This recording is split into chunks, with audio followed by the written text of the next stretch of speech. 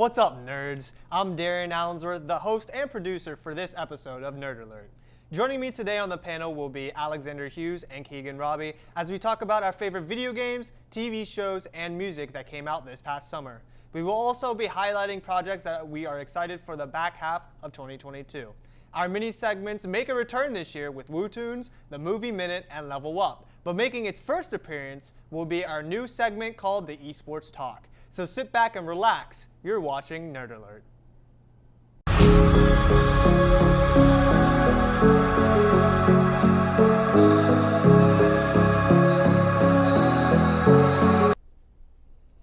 There were a lot of new shows, movies, video games, and music that came out in the summer of 2022. Titles such as Multiverse, Doctor Strange Multiverse of Madness, The Boys, and Glimpses of Us by Joji were all popular in their each respective field. I know I had a lot of summer favorites that came out this year. How about you, Keegan? We'll start with you. What was a favorite title of yours? So I'm not a big movie guy, but two movies that I did watch over the summer that I enjoyed, Minions Rise of Gru on Netflix, and then I also watched Piranha on Netflix. And Piranha's, it's okay. It's more of a gruesome movie. Not really, if you don't like gruesome stuff, I would not recommend it, but pretty good for a Netflix movie. And then Minions of Gru, I watched it at the drive-ins, and I watched it with my girlfriend. It was okay. Mm-hmm. Not as good as the regular Despicable Me movies, but not bad for a segment of the series itself. I agree. Yeah. Scott, how about you? You know, I also saw the Minions Rise of Gru movie. I'm on the same verb as you. I thought it was a pretty good movie, all right. But a movie I did see that I did really like, I watched the new Scream movie, and I don't know how big of horror fans you guys are, but I really like the Scream movies. I've always liked them since I was really younger. It was really the first horror movie I ever watched. And this new one for me, it was probably, I would say, the best one since probably the second one. So I actually really liked it. And it just throws you off, and it has some twists and turns that really make it really good. So I really enjoyed that one over the summer. Mm-hmm. Yeah, Scream and Minions Rise of Gru, great parts of franchises that a lot of people have liked if you like each respective genre. Moving on to, let's talk about video games. One of my favorite video games that I like to play with friends and as a group over the summer was Fall Guys. I know you guys, some of you have played it over the summer. I know some people in the department have played it over the summer. Keegan, we'll go with you. Fall Guys, do you like it? Yeah, I like Fall Guys a lot.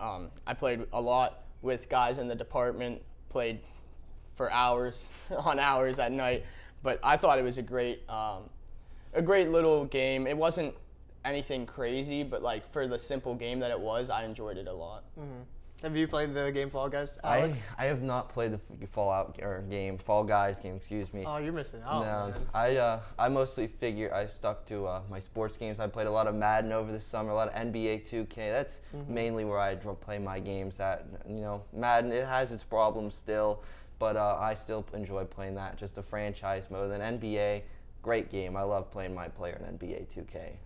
The good thing about the sports games is that they stay pretty consistent with how they work, how they play. Keegan, for Fall Guys, do you have a favorite map or obstacle that you're just really, really good at? Probably the one with the doors, where the doors go open and shut. I like that one a lot. It's kind of challenging if you're not in the front of the line, but that's probably the one I enjoy the most out of all of them. Yeah. And then some other games that I did play over the summer they didn't come out obviously this year, but Fortnite, FIFA, and PGA 2K21, the golf game. Yeah, so nice. I'm not very knowledgeable about golf or the golf game, but I'm sure if you like that sort of thing, that's fun. Going to now new TV shows. One of my favorite TV shows that I watched over the summer was The Boys. It's if you like superheroes that also have a really dark twist, that is definitely the show for you. It is on Amazon Prime. Great show. But Alex, we'll start with you. What was a favorite TV show, if you have one, over the summer? I really liked the Manti Te'o documentary that they did on Netflix. Whenever that story broke, I was a little younger, still a teenager, so I didn't really get the full picture of what that really was. But now just going and watching it on Netflix and seeing that whole story, it's absolutely crazy. And again, being a big sports guy myself, just seeing that, it's nuts how that happened to him, and it's just a great story, very inspirational story as well. So I really enjoyed that. How about you, Keegan? So one that I watched over the summer a lot was All American. I watched that a lot. They came out with a new season earlier in the summer. I probably finished it in about a week as I was binge watching it. And then another show that I just started watching this summer was Rick and Morty. Yeah. Just kind of a dumb late night comedy, like good for if you're just relaxing, ready before bed. So. Yeah, Rick and Morty. That's another great. That's definitely a great show. I know the new season of Rick and Morty actually just came out just a little bit ago, if I'm not mistaken. But talking about the documentary that you watched, Alex, did you really like it? Like, was it really? It felt like it satisfied, like fact checking it with everything, or were there some parts that you were maybe skeptical about? Oh yeah, I thought it was really good. I think it was like not really skeptical of anything there.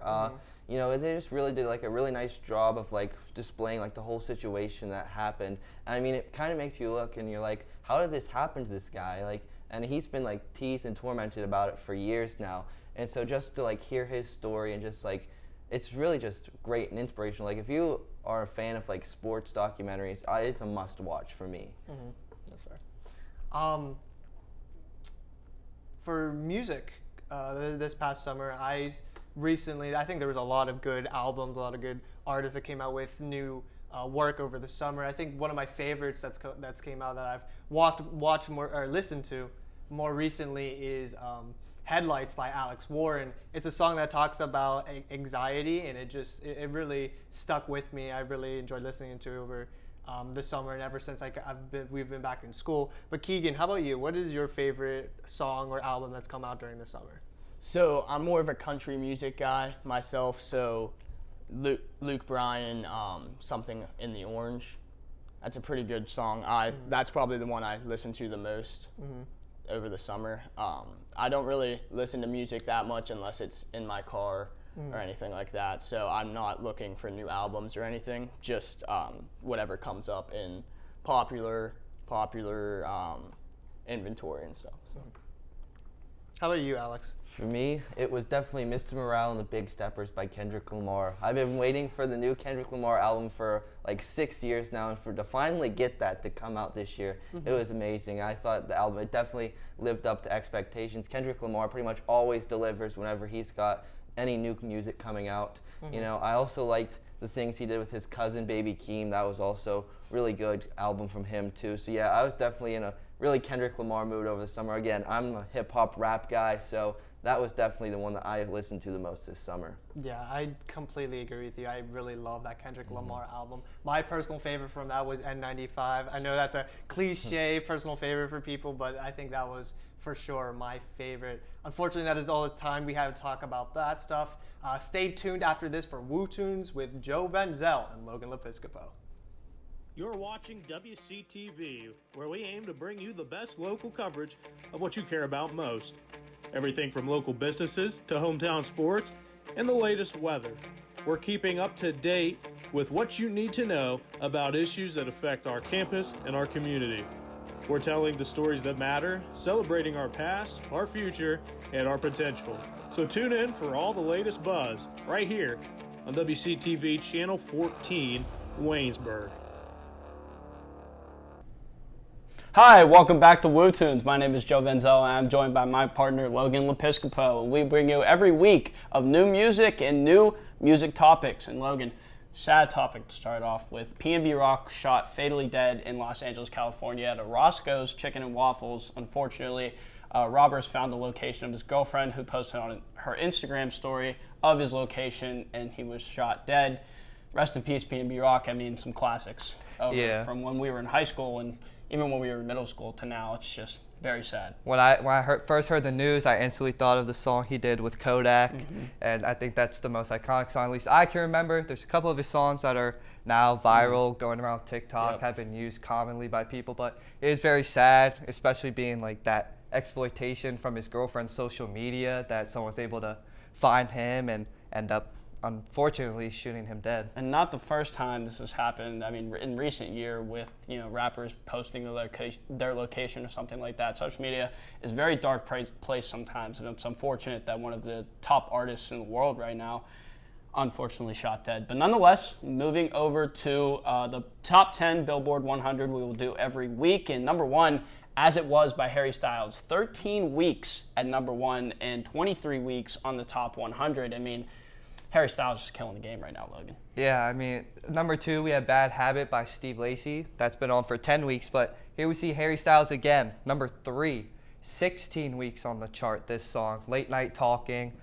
2 number songs in the top 3. I think last time we were on, last school year, we had songs from Encanto, 2 songs in the top 3. Yeah. So now we see Harry Styles, a legitimate music artist, 2 songs in the top 3. It's just incredible what he's been able to do since One Direction kind of fell apart. I mean, absolutely. I mean, his solo career has been going off. I mean, not even this past album, but the album before did very well. And it's just his fans, man. I mean, they cannot be beat, especially on the top Billboard 100. But nonetheless, number 4, Sunroof by Nicki Yor and Daisy. It's a very good summer song. I mean, obviously, we're coming off the summer season. No surprise at number 4. But number 5, About Damn Time by Lizzo. All over TikTok, no surprise there. Yeah, Lizzo, she's kind of been on the chart since she really got into the game. 21 weeks, peaked at number 1, has dropped down to number 6 since then. But Lizzo, she's had quite a few iconic songs, quite a few that have bounced around social media, TikTok.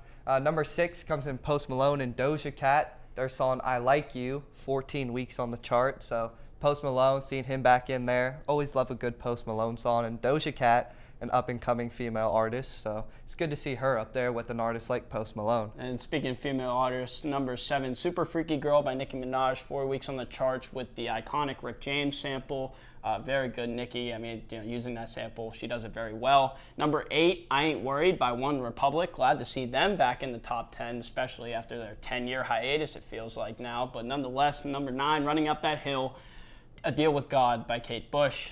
Still at number 9 after Stranger Things came out back in July, which is just even more crazy. I mean, it's still a song from 1984, but here we are. 35 weeks on the charts as well.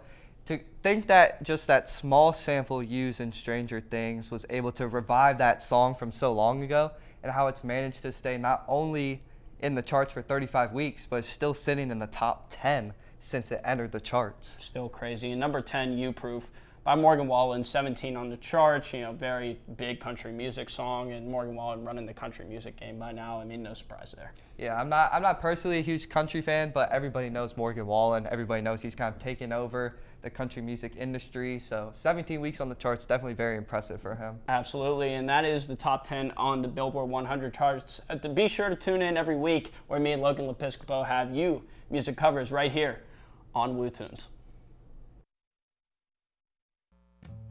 Have you ever been to the Everly Library? If not, you should, because it's great. They have books of all different genres: history, biography, fiction. Try The Evolution of Life, Life of Pi, or Jurassic Park. So what if books aren't your thing? Try movies, like Frozen, or TV shows, like Lost. Books and DVDs aren't the only thing, though. Take a trip to the second floor. Welcome to the Writing Center. These tutors will tell you everything you need to know about writing a paper, and they'll help revise your essays. Now let's head back down. Behold, the Knox Learning Center. Need to print something out 5 minutes before your next class because you procrastinated? No problem. You can also print off pictures of dogs. Because, well, you can. So grab your homework, laptop, and textbook, and study diligently. Bring your lunch too. Actually, you can't. That's illegal. Now you know the Everly Library. Stop by anytime. Seriously, it's open all week.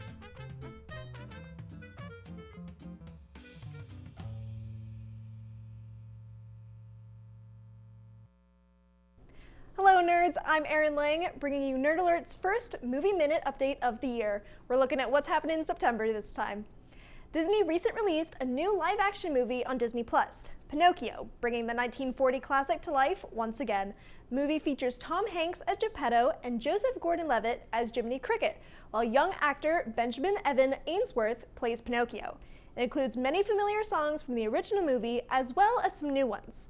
Amazon Prime recently released The Lord of the Rings: The Rings of Power, a new TV series focused on the world of Tolkien's Middle-earth.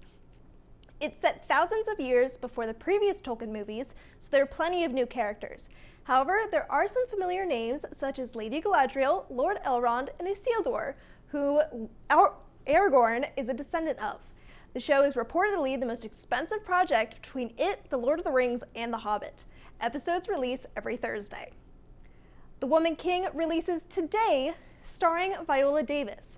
It's based on the story of the Kingdom of Dahomey and its powerful female warriors, led by General Nanashishka. During the 18th and 19th centuries, the kingdom and its fierce warriors battle European forces that threaten to take over their livelihood. The movie took 7 years to make, and it's receiving some really great reviews. Coming out September 23rd is Don't Worry, Darling, a thriller about an experimental utopian community that seems to be hiding dark secrets. It stars actors like Florence Pugh, Harry Styles, and Chris Pine. Florence Pugh is the leading actress in this film, and her character tries to break free from the mold that is being created around her to discover the truth. The movie currently has some mixed reviews from critics, but there seems to be a lot of talk about the relationship between the cast members themselves. Be sure to check out these new and upcoming movies and shows. Once again, I'm Erin Lang, and thanks for joining me for this week's edition of the Movie Minute.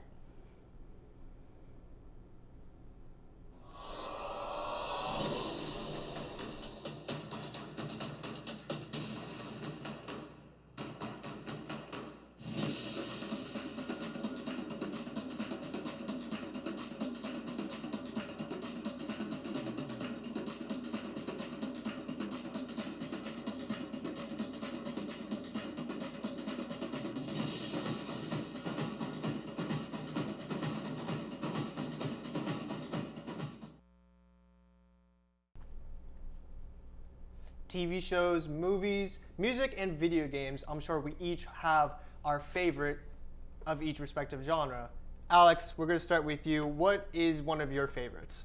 So, my favorite movie of all time, a lot of people know this, is Die Hard. I just absolutely love this movie. Seeing Bruce Willis as John McClane just fight a bunch of terrorists locked inside Nakatomi Tower. And yes, it is in fact a Christmas movie. I know some people say it's not, but it is. Just all the action, all the suspense, it's just absolutely great. It's fantastic. Mm-hmm.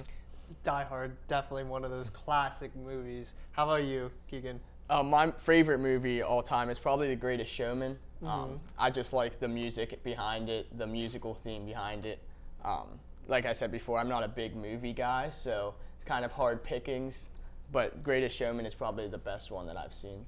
Greatest Showman, the soundtrack of that is definitely, it's one of my favorites. Yeah. If you like those musical type movies, The Greatest Showman is definitely for you. But Keegan, why did you give Alex a hard time about his movie being a Christmas movie? I just don't think it's a Christmas movie. It's an action movie. It's not. But it takes place on Christmas Eve. And there's Christmas music in it. They literally play Let It Snow at the end of the movie. There's Christmas trees. It's very Christmassy. But is it based around is it based around Christmas? Like, yes, it's in the same time as Christmas, but like, is that the main theme, Christmas? Christmas isn't the main theme. The action is. But I think it doesn't have to be the main theme to make it a Christmas movie. It just has to be in there. If Christmas is in the movie, it's a Christmas movie. I'd beg to differ. That's fair. I mean, I kind of have to agree with Alex with this one. I think if Christmas has anything, I mean, especially with Christmas being such a big thing for a lot of people, I think if Christmas is in the movie, it just becomes a Christmas movie because that's when people would normally want to watch it, right? Absolutely. For me, my favorite is a childhood classic of mine, the Lion, the Witch, and the Wardrobe with Narnia. One of my all-time favorites as a child. I thought for the longest time when I was younger, I thought it was a horror movie because I got a little scared in some of the scenes there. But yeah, Lion, the Witch, and the Wardrobe, one of my all-time favorite Disney classics. But going on to all-time favorite video games, I know for myself, I'm a big gamer. I know you guys game as well. My favorite is it is Assassin's Creed Black Flag. my favorite Assassin's Creed video game of all time. I think they did great with the story, great with the action, and one of the last most recent Assassin's Creeds that actually hit the nail and stayed true to the Assassin's Creed genre. But Keegan, we'll start with you. Your favorite video game all time? So, unpopular opinion here, but it's probably the game I've put in the most hours on my Xbox, and it's Fortnite. I love the cross-platform feature. I have a lot of friends who play PlayStation, so it's hard to find games that we like to play together. And then constant changes to the game also. They're always making changes. They're always finding a new way to involve something in pop culture, like they just put anime in a few weeks ago in their new update. So. How about you, Alex? So for me, it's an oldie, but it's a goodie. I've been playing it since I was just a little kid on the original PlayStation. That's Crash Bandicoot. I know it's kind of like Mario but I've just been playing it for so long that I absolutely love it. Just taking the little Crash Bandicoot through the adventure to defeat the evil guys. It's really cliche and it's really cheesy, but at the end of the day, I just absolutely love it. It's just so much fun to play. Which is your favorite version of Crash Bandicoot? Because I know mine was probably Clash of the Titans for Wii. That's probably going to be my all-time favorite for that series. But what is your favorite? So for me, it'd probably be the one that I've played the most, which is just the original Crash Bandicoot. It's the one I've probably played the most, and it was really fun. You just go and do it, and it's just so fun, and I just love it so much. And I've played it probably about 100 times, but I just can't get enough of it, It's just that good. You could still play it even with like the old graphics. I mean, compared to the new graphics we have today. Even with the old graphics. I mean, they did just re-release the original 3 games for like new consoles with the new graphics, but I still see myself going back and playing the original from time to time just because it's so nostalgic for me. It's just that good. Keegan, I can't just help but thinking about what you said, how they brought anime and they're bringing these new things into Fortnite. My biggest worry is that they're not really bringing new things. They're just bringing things to reuse from other popular. Yeah, that are popular. Yeah, things that are popular. But then my worry is that kids these days that play it, they're gonna think like, oh, Naruto, that's the guy from Fortnite, or Stormtroopers, Darth Vader, those are the Travis guys Scott, from the Fortnite guy. No, I'm so like, if I have a little kid that comes up and says that to me, like, I don't know what I would be able to say. Like, I don't know how I would react. I like it. They're introducing trends, and I think that's kids see it on TikTok all the time. Trends on TikTok. They watch shows that are popular, and to put it in a game, I think that's just very beneficial because it sells the game more. Kids like it more. It attracts more viewers because it's something they're interested in. I can agree with that. I think the game kind of, it does, like you said, keeps up with trends, and keeping up with the trends seems to be the working algorithm, I should say, for companies these days. But going on to TV shows, my favorite TV show that just came out with a prequel just recently is Game of Thrones. Game of Thrones, I know a lot of people have issues with it, understandably so, but I love the action, I love the storytelling with it. Alex, we'll go with you. Favorite TV show? For me, my favorite TV show is Survivor, and it's one of those like reality shows that's on CBS, but again, this is another thing I've been watching since I was really young, and I just love it. I mean, this show's going on its 43rd season next week. Any show that can go on for that long, it has to be good.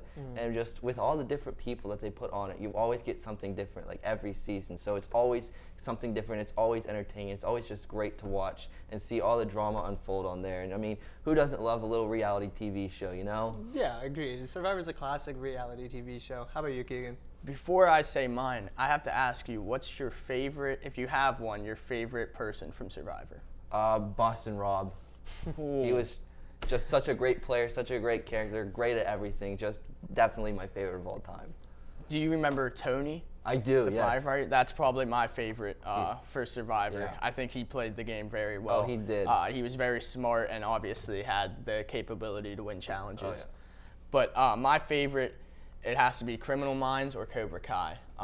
I've watched Criminal Minds almost all of the seasons. They have so many of them on Netflix, but I've watched most of the seasons, and people say it's the same thing, just changed around, but I like the suspense factor. I like I know this person's going to get caught, but like, how are they going to go through with the process?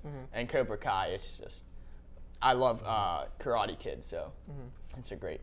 Yeah, I completely agree. I think Criminal Minds I can't really get into just because it's so long. I think I've watched a few episodes and I liked them, but I just don't think I could stay with something for so long.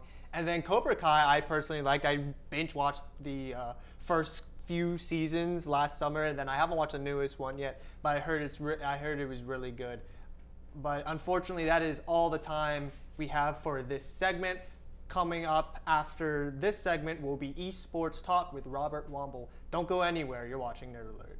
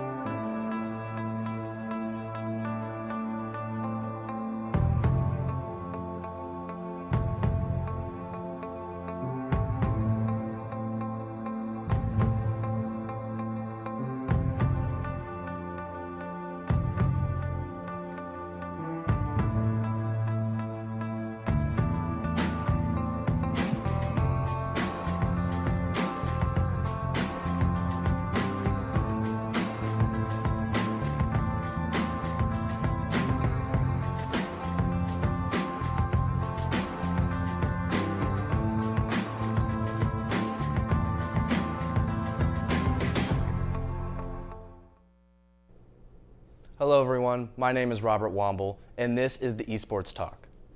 As you guys may know, Waynesburg has recently got ourselves an esports team. We have a League of Legends, Super Smash Bros. Ultimate, Rocket League, and soon to be Overwatch team. Even though you probably think that I'll be talking about our teams today, I'll actually be talking about the professional side of esports. As many of you know, Twitch is the #1 streaming application for gaming. I have gathered a list of the top 10 games in the professional leagues of esports. Number 10 is Fortnite. With Fortnite's growing popularity with every new season, it has just barely reached the number 10 spot. And soon passing it at number 9 will be Call of Duty Warzone. One of Activision's most popular gaming titles has recently pushed itself past Fortnite to claim the number 9 spot. Number 8 is the game that I play for our esports team, League of Legends. What used to be one of the top competitors in professional esports, it has suffered a drop in viewership in the last few years, but is still holding strong onto the number 8 spot. Number 7 is CSGO. It has moved down 2 spots on the list, but is still keeping itself in the top 10. Number 6 is surprisingly Minecraft. Mojang's hit game Minecraft is still one of the most played and enjoyable games since its release. Number 5, we have Valorant. Riot's newest hit FPS game has skyrocketed up the list and it continues to grow rapidly. Number 4, we have Grand Theft Auto 5. Even though it is not getting an additional to the series anytime soon, it still holds high on the numbers in Twitch. Number 3 is Rust. While many of you may not know the game itself, it remains one of the most popular pick in multiplayer genre. Number 2, we have Apex Legends. In this FPS game, it is pushed and shoved its way to the number 2 spot after its big growth late last year, and it is still growing at a very alarming rate, and I cannot wait to see what it has in store for us in the future. And finally, at the number 1 spot, we have Dota 2. Dota 2 is pretty much the father of League of Legends, and it remains the king of Twitch viewership. Now, I'm going to dive off into the popular events in the professional world. Recently, we just had the LCS end with Cloud9 sweeping the 100 Thieves in the finals, morally securing their spot for the Worlds 2022 tournament. The Worlds is a League of Legends tournament with the best teams from across the world. Brackets and seedings have been placed and it begins up September 29th. That is all I have for the Esports Talk. I'm Trey Womble and I'll see y'all Nerd Alert next week. You're watching WCTV, where we aim to bring you the best local coverage of what you care about most. Everything from local businesses to hometown sports and the latest weather. We're keeping up to date with what you need to know about issues that affect our campus and our community. We're telling the stories that matter, celebrating our past, our future, and our potential. So tune in for all the latest buzz right here on WCTV Channel 14, Waynesburg. What's up, nerds? I'm Tim Durkin, and welcome to the very first Level Up segment of the 2022-23 school year. We've got a lot to talk about, so let's dive right into it. Ladies and gentlemen, we are currently in the season for Directs. Within the last week or so, both Sony and Nintendo put out their respective Directs. Being the resident Nintendo nerd on campus, I'll start with the Nintendo one. It was fine. There were some good announcements in there, like The Legend of Zelda, Tears of the Kingdom's name reveal, Pikmin 4, and a new Fire Emblem game. But overall, this Direct felt lacking in the heavy hitters. It focused more on JRPGs like Xenoblade 3's second wave of DLC and Octopath Traveler 2. I'm a big fan of certain JRPGs like the Xenoblade series, but the genre is not widely appealing, so I can definitely see why some people left disappointed. The two things that I was most disappointed about were Zelda and Metroid. We got another teaser for the sequel to Breath of the Wild. The game was revealed in summer of 2019, and we have still yet to see a full reveal. And, as always, I hope for Metroid Prime 4 news, but another Direct goes by without any. There's always hope for the next one, I guess. In the meantime, Sony has been working overtime to try and make the PS5 more appealing to consumers. Don't get me wrong, the system has been selling just fine, but it's no secret that some people were disappointed with the lack of exclusives. Well, Sony came swinging out of the gate with the reveal of Tekken 8, the next game in the acclaimed fighting game series. Not much footage was shown, but from what we did see, it looks like it will be taking full advantage of the PS5's increased graphical fidelity. Hogwarts Legacy, pretty much a mainstay of Directs now, has a solid release date of February 2023. This game has been in development for so long that I won't believe it until I see it. The last big game showcase was God of War Ragnarok. I've never even played God of War, and this trailer got me hyped. PlayStation fans can expect that one in November of this year. All in all, this was a very solid showing from the brand. It was about half as long as Nintendo's presentation, but I really think that quality over quantity mattered here. It hurts to say as a Nintendo fan, but Sony clearly won this battle. For my last segment here, I just wanted to do a rapid list of mostly every game I played over the summer and what I thought of it. First up, Earthbound. The world, story, and characters are all so wacky and unique, and it's my new favorite RPG. Persona 5 Strikers was a fun twist on the traditional 1 vs 1 1000 gameplay, but it went on for a little too long. The music was fantastic as expected from a Persona game. Cuphead's DLC was incredibly short, but once again, quality over quantity. I got 10 more hours of enjoyment from a 1-hour expansion. Enough said. I played a little of Sonic Adventure 2 Battle on GameCube, and I have to ask, why is this game remembered so fondly? I found it so frustrating to play in the current era of gaming, but maybe that's just a me thing. Finally, you knew I had to talk about it. It's the moment you've been waiting for. It's Xenoblade Chronicles 3. I could gush for hours about this game, so all I'll say is this. The game is everything I could have hoped for, and now it's probably the best game in the entire series. With that, thank you so much for watching. I hope you enjoyed it. I'm Tim Durkin, and this was Level Up.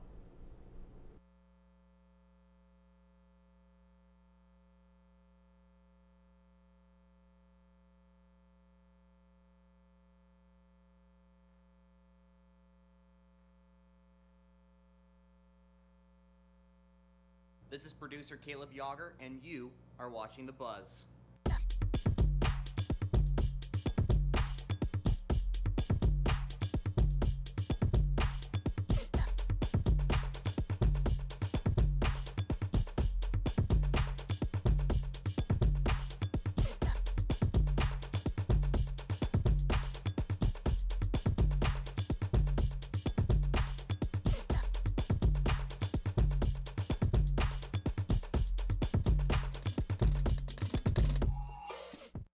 Unfortunately, that's all we have for you today on Nerd Alert. If you like what you see, hit that like button and subscribe. For myself, the producer, Darian Allensworth, all of our panelists, and the WCTV crew here, everyone have a great weekend.